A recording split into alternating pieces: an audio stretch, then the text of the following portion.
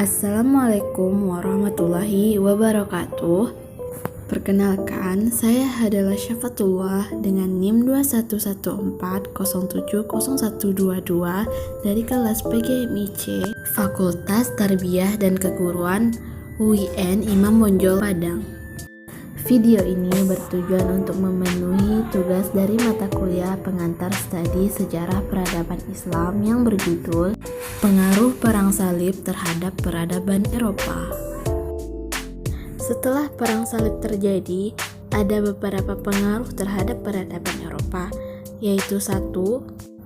Dalam bidang militer, dunia barat menemukan persenjataan dan teknik berperang yang belum pernah mereka temui sebelumnya di negerinya, seperti penggunaan bahan-bahan peledak untuk melontarkan peluru, pertarungan senjata dengan menunggang kuda, teknik melatih burung merpati untuk kepentingan informasi militer, dan penggunaan alat-alat rebana dan gendang untuk memberi semangat kepada pasukan militer di medan perang. Yang kedua, dalam bidang perindustrian, mereka menemukan kain tenun dan peralatannya di dunia Islam. Kemudian mereka bawa ke negerinya, seperti kain muslim, satin, dan damas. Mereka juga menemukan berbagai jenis parfum, kemenyan, dan getah Arab yang dapat mengharumkan ruangan. Sistem pertanian yang sama sekali baru di dunia barat mereka temukan di timur Islam, seperti model irigasi yang praktis dan jenis tumbuh-tumbuhan dan buah-buahan yang beraneka macam, termasuk penemuan gula. Yang ketiga, Perang Salib yang berlangsung antara bangsa Timur dengan Barat menjadi penghubung bagi bangsa Eropa, khususnya untuk mengenali dunia Islam secara lebih dekat lagi. Ini memiliki arti yang cukup penting dalam kontak peradaban antara bangsa Barat dengan peradaban Timur yang lebih maju dan terbuka. Kontak peradaban ini berdampak kepada pertukaran ide dan pemikiran kedua wilayah tersebut. Bangsa Barat melihat kemajuan ilmu pengetahuan dan tata kehidupan di Timur, dan hal ini menjadi daya dorong yang cukup kuat bagi bangsa Barat dalam pertumbuhan intelektual dan tata kehidupan bangsa Barat di Eropa. Interaksi ini sangat besar andilnya dalam gerakan Renaissance di Eropa, sehingga dapat dikatakan kemajuan Eropa adalah hasil transformasi peradaban dari Timur. Yang keempat, pra-perang salib masyarakat Eropa belum melakukan perdagangan ke bangsa Timur. Namun setelah perang salib, interaksi perdagangan pun dilakukan, sehingga pembauran peradaban pun tidak dapat dihindarkan, terlebih lagi setelah bangsa Barat mengenal tabiat serta kemajuan bangsa Timur. Perang salib membawa perubahan yang cukup signifikan terhadap perkembangan ekonomi bangsa Eropa. Kehidupan lama bangsa Eropa yang berdasarkan ekonomi semata sudah berkembang dengan berdasarkan mata uang yang cukup kuat. Dengan kata lain, perang salib mempercepat proses transformasi perekonomian Eropa. Yang kelima, perang salib sebagai sarana mengalirnya ilmu pengetahuan dari timur ke barat pasca penyerbuan yang berlangsung lebih dari 2 abad. Para tentara barat mulai menyesuaikan diri dengan kehidupan bangsa timur. Mereka melihat ketinggian peradaban dan budaya Islam dalam berbagai aspek kehidupan, yakni makanan, pakaian, alat-alat rumah tangga, musik, alat-alat perang, obat-obatan, ilmu pengetahuan, perekonomian, irigasi, tanaman, sastra, ilmu militer, pertambangan, pemerintahan, pelayaran, dan lain-lain. Tentara salib atau Crusaders membawa berbagai keilmuan ke negara mereka. Dengan kata lain, terjadi transformasi budaya atau culture dan peradaban civilization dari timur ke barat. Yang keenam, bangsa barat melakukan penyelidikan terhadap seni dan budaya, art and culture, serta pengetahuan, knowledge, dan berbagai penemuan ilmiah yang ada di timur. Hal ini meliputi sistem pertanian, sistem industri timur yang sudah berkembang dan maju serta alat-alat teknologi yang dihasilkan bangsa timur seperti kompas kelautan, kincir angin, dan lain-lain. Setelah kembali ke negerinya, bangsa Eropa menyadari tapak memasarkan produk-produk timur yang lebih maju. Mereka mendirikan sistem-sistem pemasaran produk timur, maka semakin pesatlah perkembangan perdagangan antara timur dengan barat.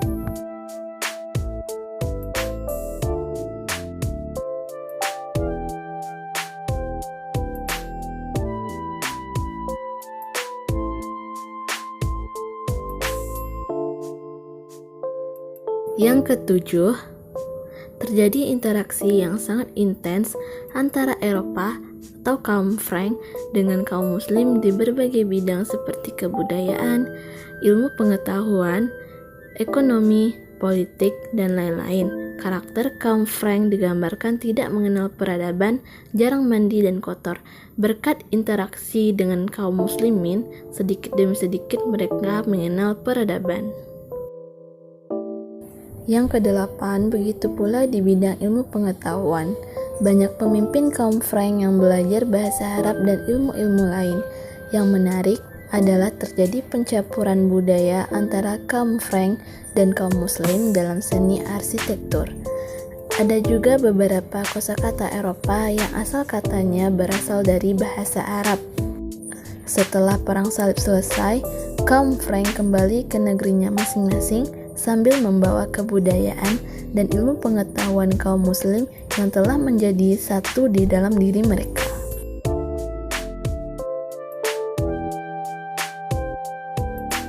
Yang kesembilan, bertambahnya wilayah kerajaan Bizantium sehingga sanggup mengerem dan menghalang-halangi penyerangan Bani Saljuk ke Eropa.